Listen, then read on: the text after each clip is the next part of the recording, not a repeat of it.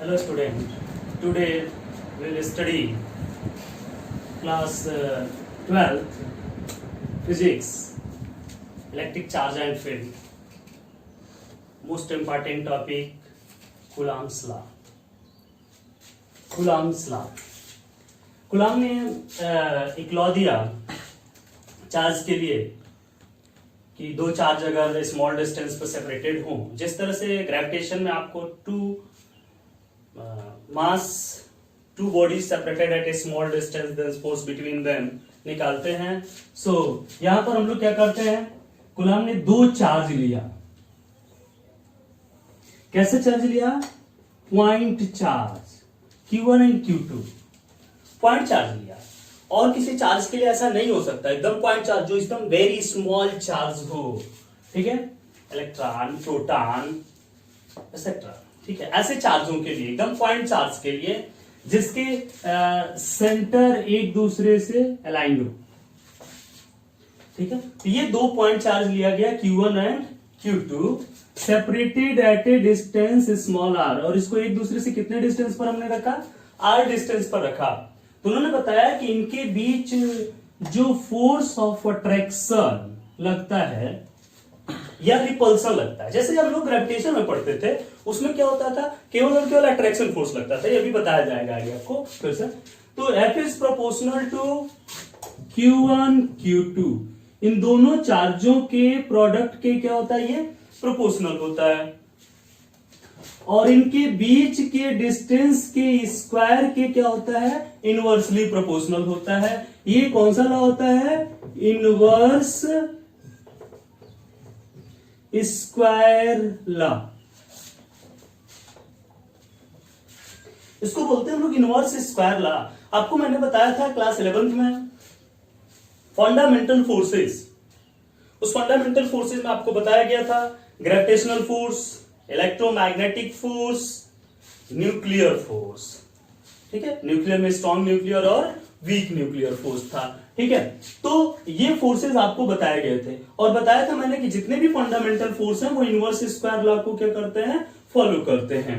यानी डिस्टेंस के बढ़ने के साथ साथ उसकी वैल्यू क्या होती है, घटती है, ठीक है। तो F is proportional to 1 upon क्या, r square. F is proportional to Q1 Q2।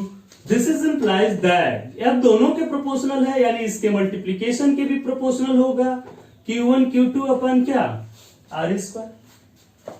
यानी F इक्वल टू, और जब प्रोपोर्शनल हटाते हैं तो एक कांस्टेंट जोड़ते हैं, 1 upon 4 pi epsilon naught Q1 Q2 upon r square. F equal to 1 upon 4 pi epsilon naught Q1 Q2 upon r square.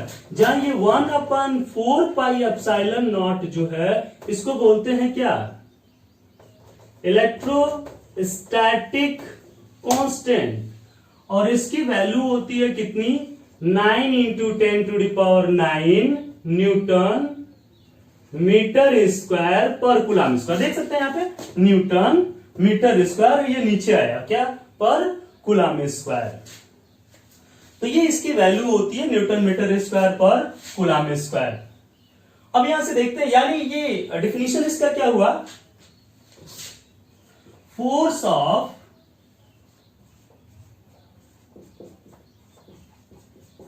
Attraction और repulsion between two point charges is directly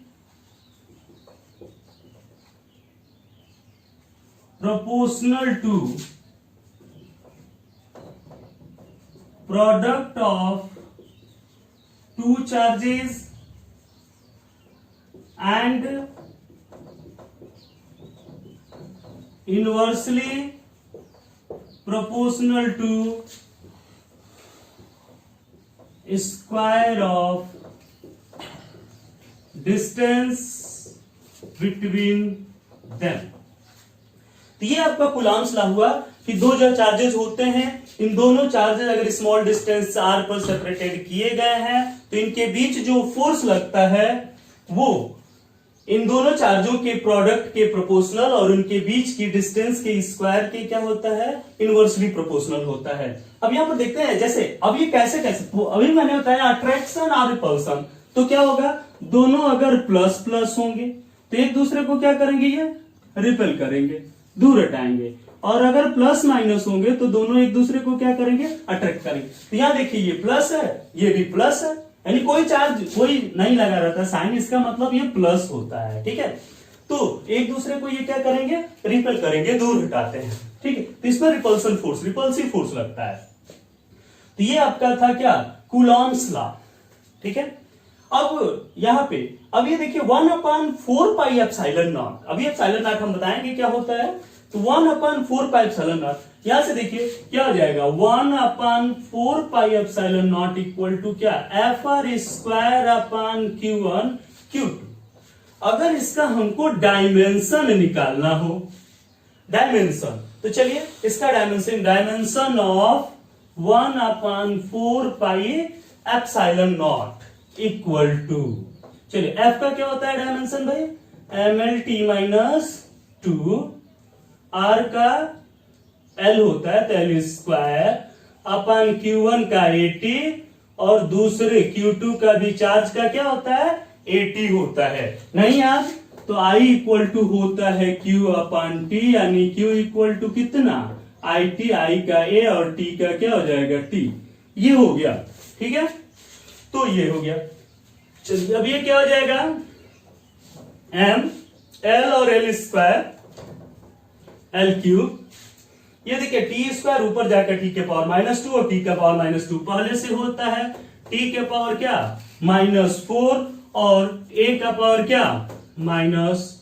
तो ये हमारा famous law of Coulomb's law है, ठीक है, जिसको Coulomb ने बताया था, इसलिए उन्हीं के नाम पर इसका नाम क्या रख दिया गया, कूलॉम्स लॉ रख दिया गया, ठीक है। इसको आप नोट करिए, फिर आगे बताते हैं।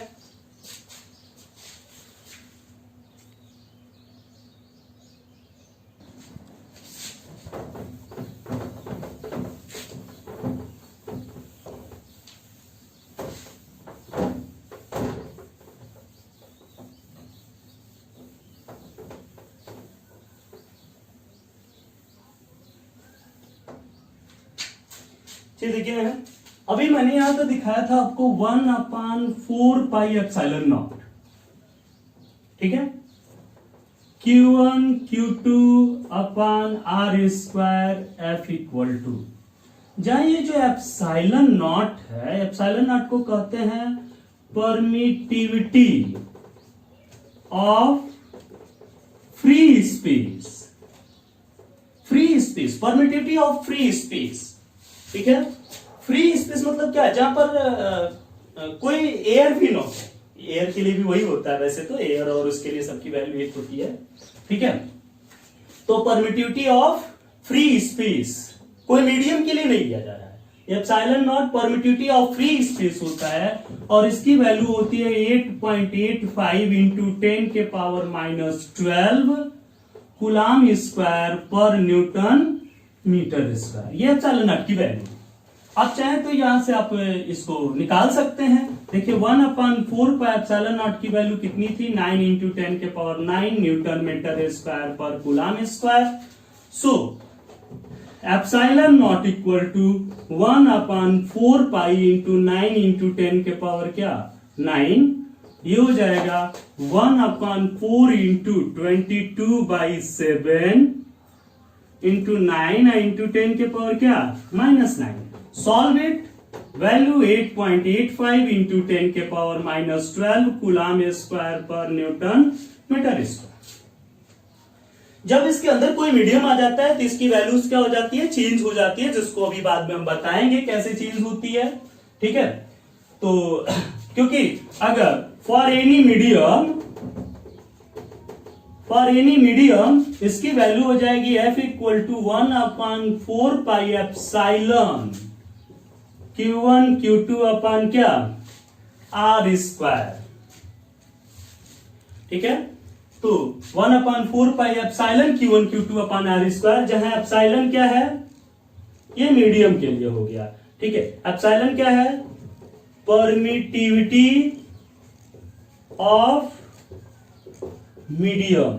एप्सिलॉन जो है परमिटिविटी ऑफ क्या होता है, मीडियम होता है। ठीक है, तो ये हो गया epsilon is equal to permittivity of क्या, मीडियम। तो यहां से हम लोग देखते हैं कि अब यानी कोई भी मीडियम हो, जैसे मान लेते हैं आप कागज लेते हैं, वाटर लेते हैं, सबके लिए इसकी वैल्यूज क्या होती है, अलग अलग होती है। ठीक है, उसको हम लोग बोलते हैं रिलेटिव परमिटिविटी। अगर मान लेते हैं इसको इक्वेशन 1 मानते हैं, इसको इक्वेशन क्या करते हैं 2 मानते हैं, तो ये एफ क्या था, फ्री स्पेस था। ठीक है, एफ नॉट रख लेते हैं इसको फ्री स्पेस के लिए, और इसको एफ मीडियम रख लेते हैं। अगर हम दोनों को डिवाइड करना चाहें, ठीक है, तो इसके जगह पर क्या हो जाएगा, एफ मीडियम इक्वेशन 2 डिवाइड 1 क्या हो जाएगा, F medium upon F naught equal to 1/4 pi epsilon Q1 Q2 upon R square upon 1/4 pi epsilon naught Q1 Q2 upon R square. ये कैंसिल हो गया, 4 पाई से 4 पाई कैंसिल हो जाएगा, ये हो जाएगा F medium upon F naught equal to epsilon naught upon epsilon. F medium upon F naught equal to epsilon naught upon epsilon equal to क्या हो जाएगा,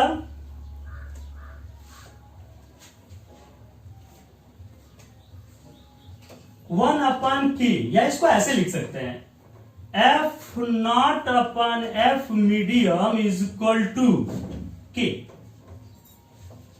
F nought upon F medium equal to K equal to epsilon upon क्या, epsilon nought, where K equal to क्या, relative permittivity. K क्या है, relative permittivity है, दोनों का क्या है, रेशियो होता है। के इक्वल टू एप्सिलॉन अपन क्या, एप्सिलॉन नॉट। ठीक है, यानी the ratio of permittivity of medium to the permittivity of free space is called relative permittivity।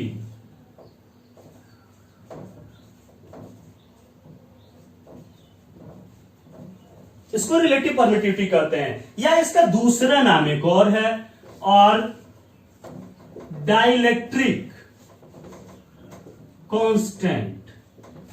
इसका दूसरा नाम एक है डाइलेक्ट्रिक कांस्टेंट। तो हमने क्या देखा कि किसी भी मीडियम के लिए इसकी वैल्यू सभी के लिए के की वैल्यूज क्या होती है, अलग अलग होती है। वो आपको गिवन रहेगा के की वैल्यू किसके लिए कितनी होती है।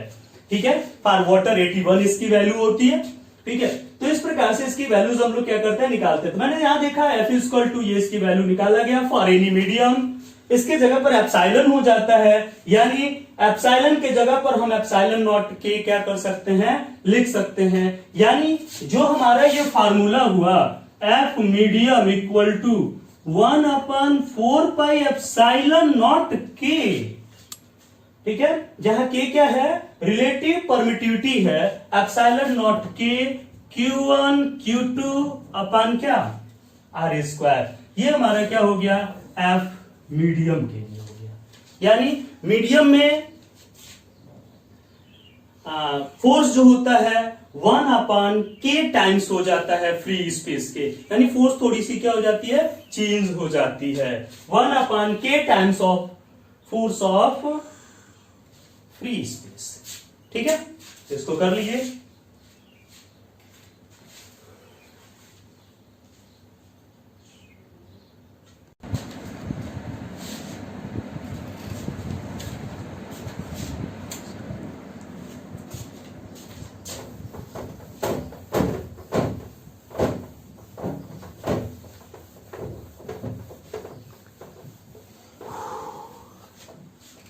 देखते हैं यहां पे, अब ये जो मैंने बताया आपको, अभी vector form of Coulomb's law most important है, हर साल चैप्टर्स में आता है एग्जाम में। बहुत सारा साल आया हुआ है, बहुत मोस्ट इंपॉर्टेंट है। लेकिन उससे पहले हम लोग देखते हैं ग्रेविटेशनल फोर्स और इलेक्ट्रोस्टैटिक फोर्स में क्या रिलेशन है, ठीक है ना। तो रिलेशन बिटवीन ग्रेविटेशनल यानी एफजी लिख लो, gravitational force and electrostatic force, F E, relation between gravitational force and electrostatic force. देखते हैं दोनों में कुछ सिमिलरिटीज होंगी, कुछ डिसिमिलरिटीज होंगी, यानी कुछ डिफरेंस होंगे, ठीक है। तो इन दोनों के बीच हम सिमिलरिटी देखते हैं, सिमिलरिटी, ठीक है। दोनों के बीच सिमिलरिटी देखते हैं। पहला क्या, both follow inverse square law. दोनों जो है इनवर्स स्क्वायर लॉ को क्या करते हैं, फॉलो करते हैं। आपको मैंने बताया था F is proportional to 1/r²। ये ग्रेविटेशनल फोर्स भी फॉलो करता है और इलेक्ट्रोस्टैटिक फोर्स भी फॉलो करता है। सेकेंड, बोथ फॉलो, दोनों जो है line joining of two charge, ठीक है, act along the line joining of its centre. Both follow, act along the line joining its centre. दोनों जो है इनकी जो लाइन ज्वाइनिंग होती है उसके सेंटर्स को क्या करते हैं, फॉलो करते हैं। अब डिफरेंस देखते हैं, ये बहुत इंपॉर्टेंट है। डिफरेंस, पहला difference, gravitational force only attractive, gravitational force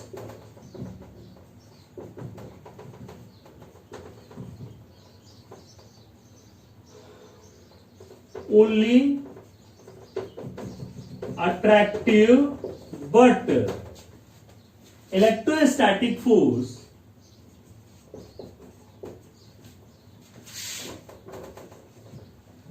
gravitational force is only attractive, but electrostatic force is repulsive as well as attractive, ठीक है। रिपल्सिव भी हो सकता है, अट्रैक्टिव भी हो सकता है, ठीक है। Second difference, gravitational force not depend upon medium, medium पर डिपेंड नहीं करता ग्रेविटेशनल फोर्स। अब इतना ऊपर हाइट हम रखे हुए हैं, इस पर ग्रेविटेशनल फोर्स नीचे की तरफ जो mgh काम कर रहा है, अगर इसको इतने ही हाइट पे अगर हम लोहे के ब्लॉक पर रख देते हैं फिर भी ग्रेविटेशनल फोर्स उतना ही काम करेगा। लेकिन मीडियम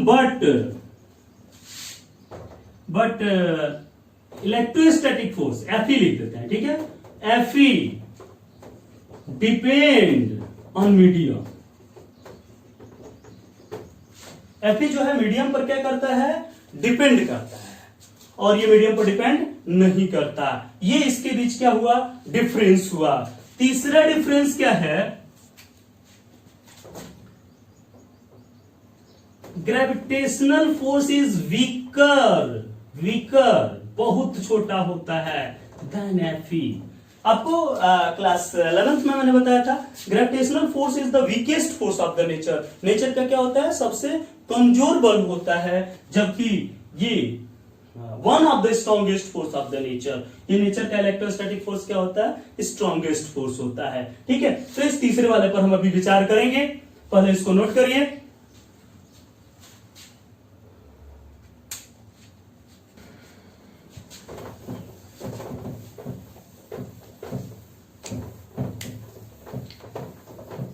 हमने भी आपको कहा कि ये ग्रेविटेशनल फोर्स जो होता है बहुत वीक फोर्स होता है।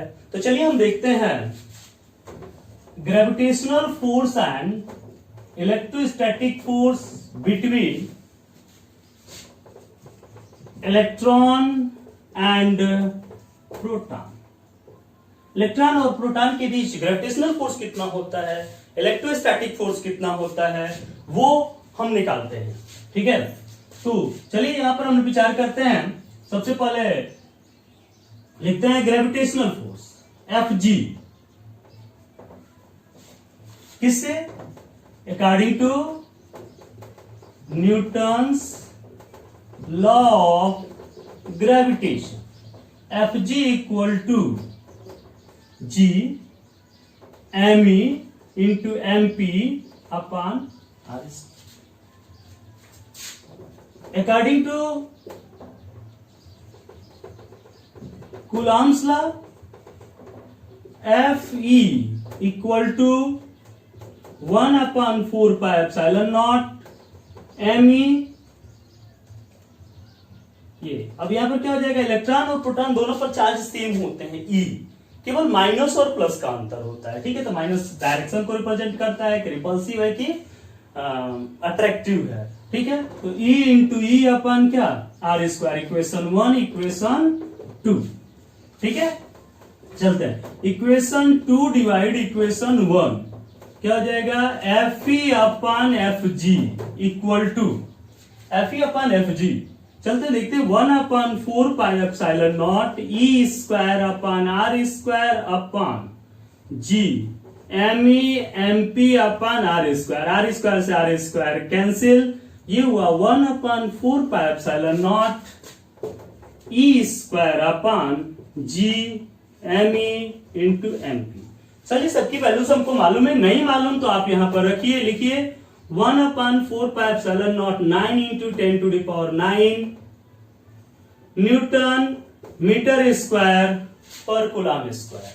ठीक है, और फिर E की वैल्यू आप लोग जानते हैं 1.6 इंटू 10⁻⁻19 कूलम, G की value 6.67 into 10⁻11 newton metre square पर kilogram square, MP 9.1 ME 9.1 into 10⁻31 kg and MP 6.67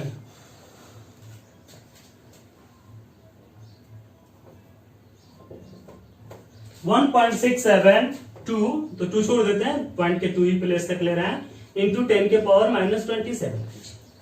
ठीक है, तो ये चीज हुआ। अब इसको यहां पर पुट करते हैं, क्या हो जाएगा, एफ ई अपन एफ जी, रखते हैं वैल्यू कितना, 9 इंटू 10⁻9 1.6 इंटू 10⁻⁻19 का whole square upon 6.67 into 10⁻⁻11 into ME कितना था, 9.1 इंटू 10⁻31 1.67 इंटू 10⁻27।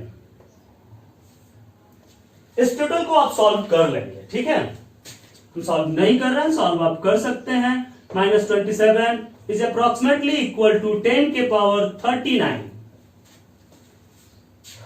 यानी this is implies that Fe equal to approximately 10⁻39 Fg, यानी ग्रेविटेशनल फोर्स से ये कितना बड़ा है, 10⁻39 टाइम्स बड़ा है इलेक्ट्रोस्टैटिक फोर्स।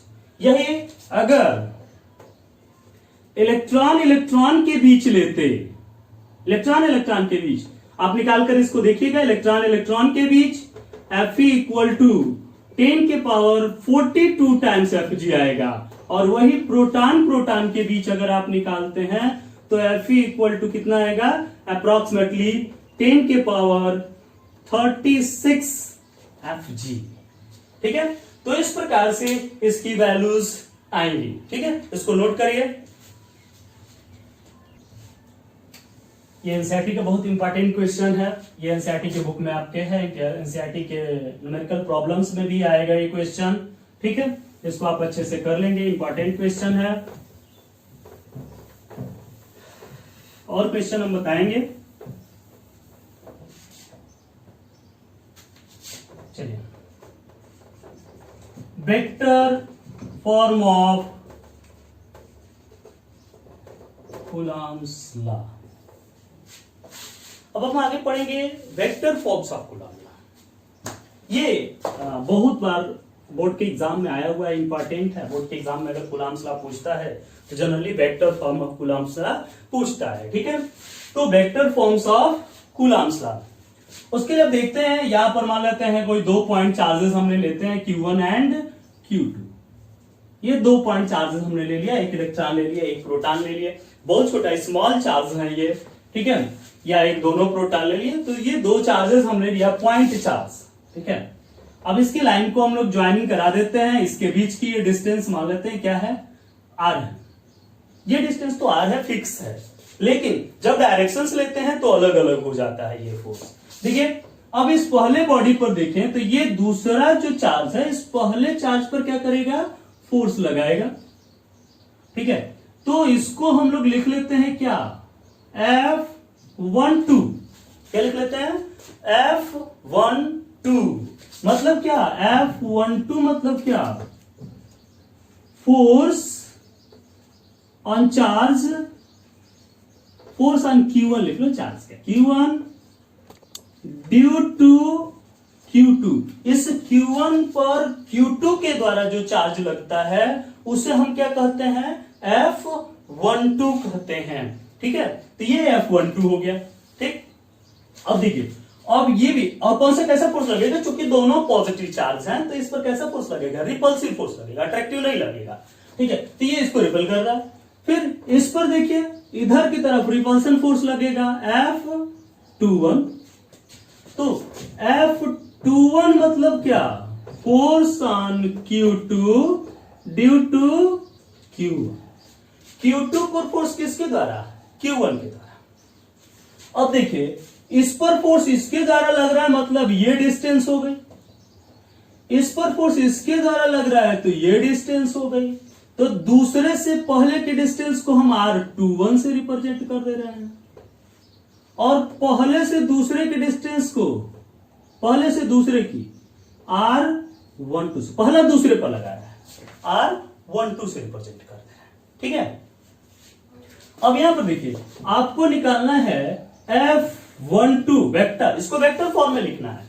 तो हमारा जो फार्मूला पहले था उसको लिख लेते हैं, 1/4 pi epsilon naught Q1 Q2 upon क्या, R²। अब देखते हैं F12 यानी पहले पर दूसरे के कारण फोर्स लगा, यानी यहां डिस्टेंस हो जाएगी R21 लिख दिए। अच्छा, अब वेक्टर में किसी भी क्वांटिटी को वेक्टर में रिप्रेजेंट करना होता है तो यहां पर क्या करते हैं, यूनिट वेक्टर से मल्टीप्लाई कर देते हैं। आपको यूनिट वेक्टर मैंने बताया था, यूनिट वेक्टर। यूनिट वेक्टर क्या होता है, किसी भी वेक्टर में उसके मैग्नीट्यूड से डिवाइड कर देते हैं तो यूनिट वेक्टर कहलाता है, ठीक है। यानी इसका मैग्नीट्यूड क्या होता है, 1 होता है। तो 1 से किसी भी क्वांटिटी में आप मल्टीप्लाई करेंगे या डिवाइड करेंगे, उससे उसकी वैल्यू में कोई चेंजिंग नहीं होती है। सो यहां पर हमने एक वेक्टर लगा दिया, ये वेक्टर में क्या हो गया, रिप्रेजेंट हो गया। अगर इसको हम अलग तरह से ऐसे लिखना चाहें तो इसको ऐसे लिख सकते हैं, and this is implies that F12 equal to 1/4 pi epsilon naught Q1 Q2 upon R21 का square into vector R21 upon R21, mod of vector R21 मतलब R21, उसका मैग्नीट्यूड। यानी ये क्या हो गया, 1/4 pi epsilon naught Q1 Q2 upon R21 के power कितना हो गया भाई, ये 3 into vector R21। This is vector forms of Coulomb's law. अच्छा, ये वेक्टर में आपको मैंने बताया था FAB। FAB मतलब क्या बताया था मैंने, FB माइनस क्या, FA। ठीक, F B minus final minus क्या, इनिशियल। तो इसको भी ऐसे चाहो तो लिख सकते हो, फाइनल R1 है, R21 मतलब क्या, vector R1 minus vector R2। तो चाहो तो यहां इसको लिख सकते हो ऐसे, F12 equal to 1/4πε0 Q1 Q2 upon R1 minus R2 mod का क्यूब इंटू क्या, R1 माइनस R2 वेक्टर। ठीक है, इस फॉर्म में भी इसको हम लोग क्या कर सकते हैं, लिख सकते हैं। ठीक है, चलिए सिमिलरली इसी प्रकार से F21 देख लेते हैं, ऐसे ही लिख दें डायरेक्ट तब तो, F21 1/4πε0 Q1 Q2 अपान R12 F21 2 पर 1 के द्वारा फोर्स लग रहा है, यानी 1 से 2 की तरफ डिस्टेंस हो गई, क्या हो जाएगा R12, ठीक है, इंटू यूनिट वेक्टर R12। इसको ऐसे लिख सकते हैं, F21 equal to 1/4πε0 Q1 Q2 upon R12 का square into R12 upon mod of, vector में लिख देते हैं, vector R12 upon mod of vector R12। ठीक है, इस फॉर्म में इसको हम लोग क्या कर सकते हैं, लिख सकते हैं, 1/4πε0 Q1 Q2 अपान R12 का क्यूब। अब आप कहेंगे कि ये तो स्क्वायर इनवर्स स्क्वायर को फॉलो करता है, तो यहां भी वेक्टर आर देखा ही है, ठीक है, तो वो स्क्वायर ही है। ठीक है, ये आर क्यूब इस प्रकार से, ये वेक्टर है और ये इस प्रकार से, ठीक है, ये वेक्टर है ऐसा। तो ये हम लोगों ने देखा, it is vector forms of Coulomb's. ठीक है, इस पर हम लोग न्यूमेरिकल्स करेंगे।